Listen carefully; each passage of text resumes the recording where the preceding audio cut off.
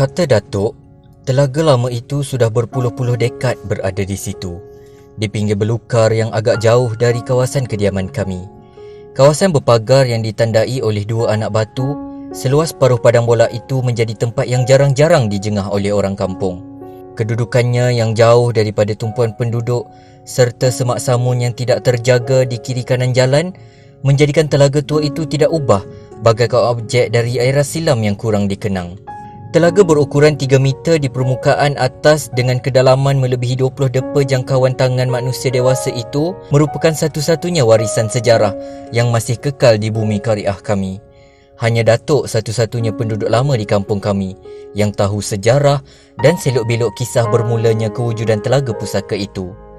Datuk, pada usia hampir mencecah 90 tahun, memilih untuk memasang telinga saat terdengar kami berbual-bual tentang telaga lama itu.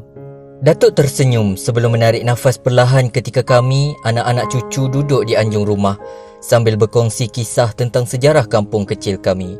Dibetulkan kain semutar di atas kepalanya sebelum menepuk pahaku, Faizal dan Zarif yang rancak bercerita. Kamu cucu-cucu Datuk yang hidup pada zaman moden ini tidak banyak tahu asal-usul kampung kita ini. Datuk membuka mulut.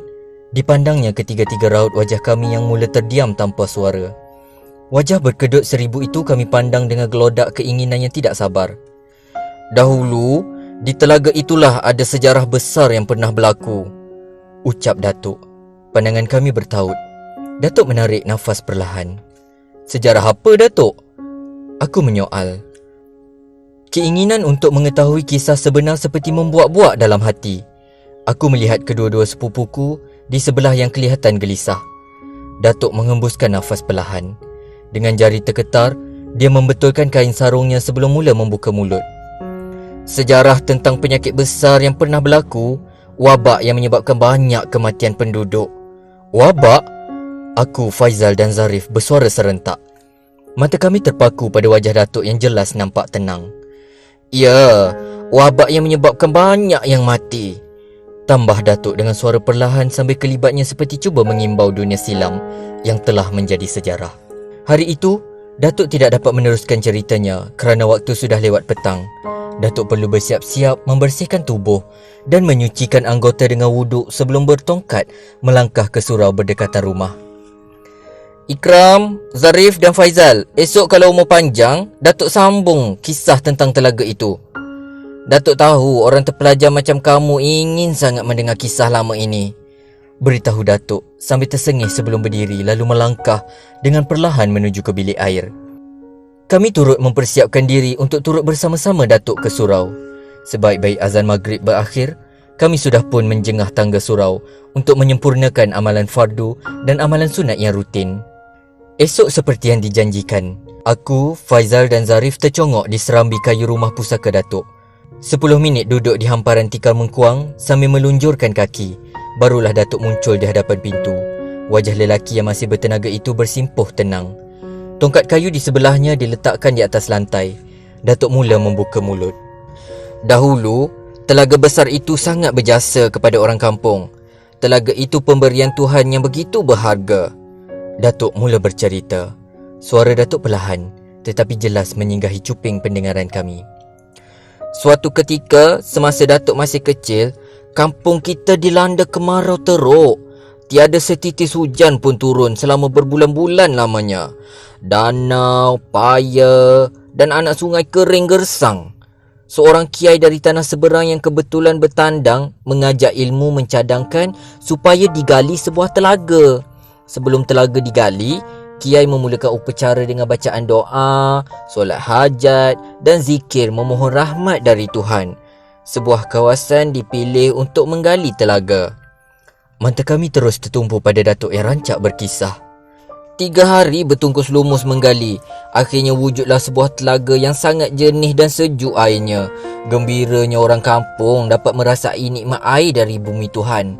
Datuk berhenti bercerita. Aku menghulurkan segelas air masak untuk Datuk membasahkan tekak. Selepas 2 kali teguk, Datuk menyambung kembali. Suatu ketika, wabak penyakit taun menyerang kampung. Sungai, paya, kolam dan perigi dicemari kuman berbahaya. Ramai yang dijangkiti kuman mula sakit dan kemudian mati tanpa rawatan. Satu-satunya punca air yang selamat ialah telaga itu, telaga yang kami panggil Telaga Kiai. Datuk tenung mata kami satu demi satu. Airnya tidak pernah kering walaupun musim kemarau teruk. Mata airnya sentiasa mengalir dari bawah bumi. Air yang ditimba dipenuhkan di dalam bekas sebelum diramu dengan akar kayu serta doa-doa untuk diminum oleh pesakit. Hasilnya, banyak yang terlantar teruk dijangkiti wabak kembali sembuh dengan izin Allah. Mudarat wabak makin berkurang dan akhirnya hilang. Datuk tiba-tiba terdiam. Direnungnya halaman rumah yang dipenuhi rimbunan pohon menghijau. Malangnya, nikmat Tuhan menjadikan manusia lalai dan terpesong. Ada keluhan yang meniti di hujung lidahnya. Datuk sekali lagi meneguk air di dalam gelas kaca. "Apa yang berlaku kepada telaga itu, Datuk?" tanyaku ingin kepastian. Perasaan tidak sabar bergolak dalam hati. Manusia jahil melihat nikmat Tuhan dengan mata sesat. Ada penduduk yang percaya telaga itu mempunyai kuasa sakti yang hebat. Kononnya telaga itu berpenunggu. Telaga itu dianggap keramat hingga ada yang sanggup melakukan upacara syirik dan khurafat yang bertentangan dengan ajaran agama. "Maksud Datuk?" Zarif bersuara. Dia menjegirkan mata tanda kurang faham. Datuk senyum sambil menepuk bahu cucunya itu dengan perlahan. "Islam melarang kita memuja makhluk dan tempat yang dianggap ada kuasa. Perbuatan itu syirik dan menyekutukan Allah. Setiap kesembuhan dan kebaikan daripada bala dan wabak datangnya daripada Allah. Manusia hanya perlu berikhtiar dan bertawakal menurut jalan yang dibenarkan. Selebihnya pertolongan Allah melalui doa-doa yang dipanjatkan." Kata-kata Datuk menyentuh perasaan kami. Kami tunduk menghayati seungkap pesan seorang insan yang sangat kami hormati. Cerita Datuk tentang sejarah telaga itu membuatkan hati kami dijentik rasa insaf dan kedil diri. Jauh di lubuk jiwa kami dapat merasakan betapa ramai yang tidak mensyukuri rahmat dan nikmat Tuhan yang dianugerahkan. Pokok-pokok dan tumbuhan, sungai dan bukit bukau, serta rimba dan belantara sesuka hati dirosakkan oleh tangan-tangan manusia yang biadab dan zalim. Peliharalah alam Tuhan ini. Jangan sesekali dirosakkan kerana akibatnya buruk.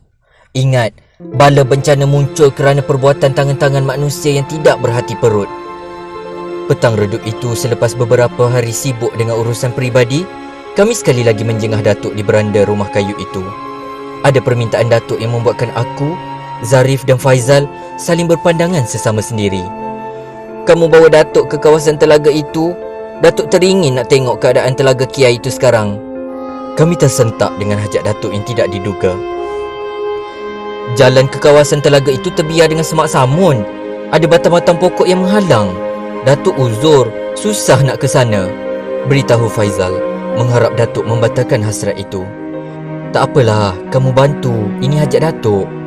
Demi memenuhi harapan Datuk, kami pimpin tangan Datuk yang sedikit tergetar melangkah di setiap inci tanah menuju ke kawasan terbiar itu. Kami redah kemuncup dan selut yang melekat di kaki dan selipar. Ada ketikanya, Datuk hampir rebah terpijak batu kerikil. Kami gagahi memapah tubuh Datuk agar tidak tersungkur. Hampir setengah jam melangkah, barulah sergam wajah telaga lama itu di hadapan mata. Saat pandangan Datuk menjengah masuk ke ruang dalam telaga, lidah Datuk beristighfar panjang.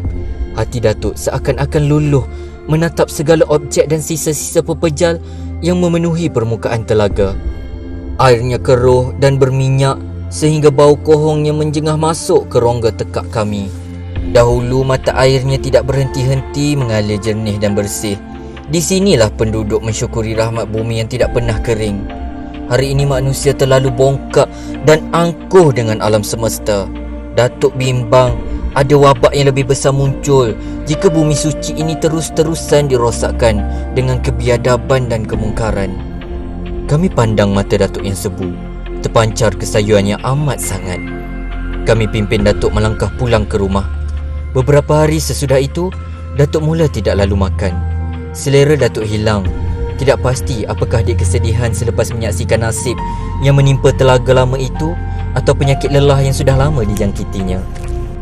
Seminggu Datuk terbaring dengan tubuh yang semakin cengkung. Nafas Datuk turun naik. Kami bertekad membawa Datuk ke hospital, namun Datuk menolak. Alasannya Datuk ingin mati di rumah pusaka yang sangat disayanginya. Kami akur akan kehendaknya. Genap seminggu pada subuh yang masih terdengar alunan bacaan kalam Tuhan dari kubah masjid. Lidah lelaki uzur itu kaku tanpa suara. Sebaik-baik azan dilaungkan, sempurnalah kami alunkan bacaan Yasin secara serentak setelah nafas Datuk terhenti. Telah berpulang insan yang sangat kami cintai dan hormati kehadrat Tuhan dalam keadaan yang cukup tenang. Seusai 3 hari mengadakan majlis tahlil di rumah pusaka Datuk, kembalilah kami, anak-anak cucu Datuk, ke kampus kota untuk meneruskan pengajian semester baharu. Namun begitu, belum sempat sempurnama kami ranumkan mata akal dengan ilmu dan kemahiran di Dewan Kuliah, tiba-tiba sahaja arahan rasmi muncul meminta supaya semua pelajar kembali ke kampung halaman masing-masing dengan kadar segera. Kami panik, tetapi akur dengan arahan yang tidak disangka-sangka. Pulanglah kami ke kampung halaman yang jauh di pedalaman dengan perasaan berbelah bagi. Virus berbahaya sudah muncul di kota kita. Pandemik boleh membawa korban nyawa yang bukan sedikit. Semua dikehendaki berkurung di rumah masing-masing untuk mengelakkan jangkitan virus yang kian menular. Perintah kawalan pergerakan bermula. Sepanjang tempoh berkurung, aku, Zarif dan Faizal memilih untuk mendiami rumah pusaka Datuk yang kosong terbiar. Kami menyelongkar kitab-kitab lama Datuk yang banyak tersusun di rak kayu. Sungguh tidak terduga. Kami temui tulisan Datuk yang memenuhi halaman buku dan kertas di celah rak almari. Datuk berkarya dengan imajinasi yang tinggi dan luar biasa. Datuk menulis tentang telaga lama yang sangat berjasa kepada penduduk serta wabak penyakit yang pernah menimpa kampung kami. Datuk berkisah tentang falsafah sebuah telaga yang menakung air. Kata Datuk, mata air ialah jiwa manusia yang mengalir kejernihan budi dan kesucian amali. Jika mata air dalam diri manusia tidak dijaga, keluhuran akan rosak dan binasalah seorang insan. Sebuah telaga, kata Datuk, mudah dicemari dengan bahan terbuang dan sepih jelik kekotoran. Manusia yang tidak menjaga nafsu dan bertangan biadab mudah mengotori alam dan kehidupan.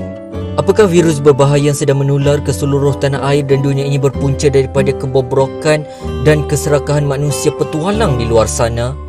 Adakah wabak yang telah mengorbankan banyak nyawa ini disebabkan balasan Tuhan atas kerakusan manusia yang sombong, angkuh dan berhati hitam? Cerita Datuk tentang telaga lama dan wabak teruk yang pernah melanda kampung kami terus meniti di lubuk kalbu kami. Kisah ini menjadi inspirasi kepada kami untuk memahami pandemik yang semakin menular hingga ke kampung tercinta ini.